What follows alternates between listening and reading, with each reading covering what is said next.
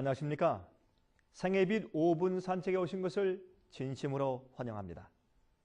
성경은 우리 속에 세 가지의 법이 우리를 지배하려고 서로 싸우고 있다고 설명합니다. 하나님의 법과 죄의 힘과 성령의 법이 서로 싸우는 것입니다. 이 세 가지 중 하나가 우리를 지배하고 있는 것입니다.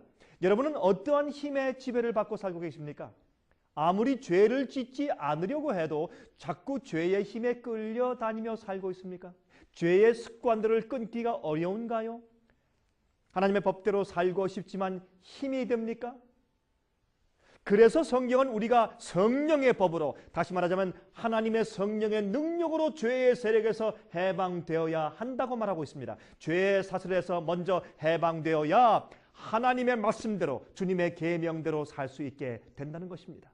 그것을 로마서는 성령의 역사로 율법의 요구가 우리 속에서 이루어지게 된다고 가르치고 있습니다. 여러분, 율법의 요구가 무엇입니까? 그것은 하나님의 계명에, 하나님의 말씀에 순종하라고 요구하는 것이 율법의 요구 아닙니까? 그 요구가 그러면 예수님 안에서만 이루어집니까?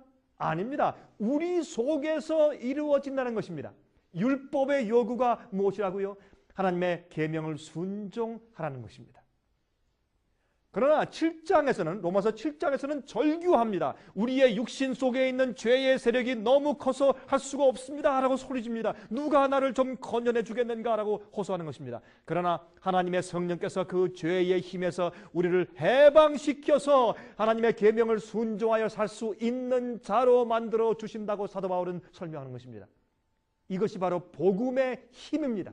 법은 법을 어긴 자에게 죽음을 선고하죠. 그래서 범죄한 인간이 영원히 죽게 되는 것이 아니겠습니까? 하지만 성령의 힘이 개입하시면 죄만 용서해 주는 것이 아니라 죄의 힘 그 자체에서부터 해방시켜 주는 것입니다. 예를 들어 깡패의 힘에 의해서 자꾸 도둑질을 강요당하면 괴로워서 죽겠습니다. 그렇죠? 안 할 수도 없고 마치 마약 중독자처럼 끌려다니는 입장에 서게 되는 것입니다.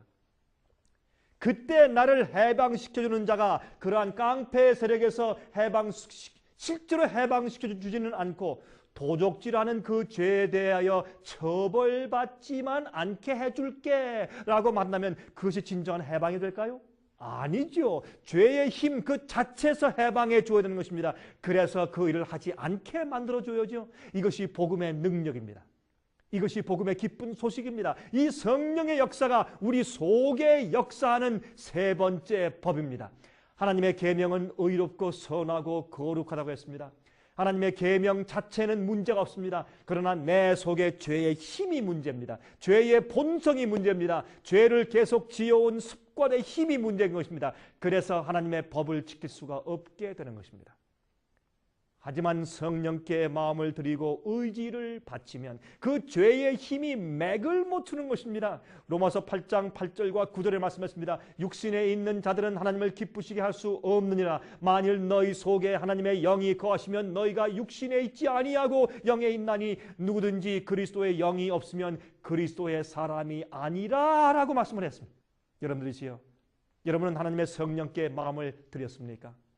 하나님의 영께서 여러분의 마음을 주장하십니까? 바로 그것이 그리스도인 삶입니다. 이런 경험이 없으면 안 되는 것입니다. 여러분이시여, 저희의 성경 연구 고막표를 신청하십시오. 그리고 공부하십시오. 여러분이 어떻게 성령의 지배를 받을 수 있는지를 공부하십시오.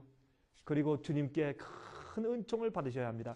여러분, 그리고 저희가 이제 만들고 있는 이런 책자들을 받으십시오. 월간지 살아남는 일을 받으십시오. 그리고 계속 거기에 있는 기사를 읽어보십시오. 여러분, 어떠한 다른 책자들에게서 이러한 놀라운 영적이고 성경적인 그런 글들을 여러분 찾아보기가 어려우실 것입니다. 여러분, 전화해서 신청하시기 바랍니다. 주님 속히 오십니다. 여러분은 성령의 법의 경험을 하셔야 합니다. 제가 다음 시간 다시 뵙겠습니다. 안녕히 계십시오.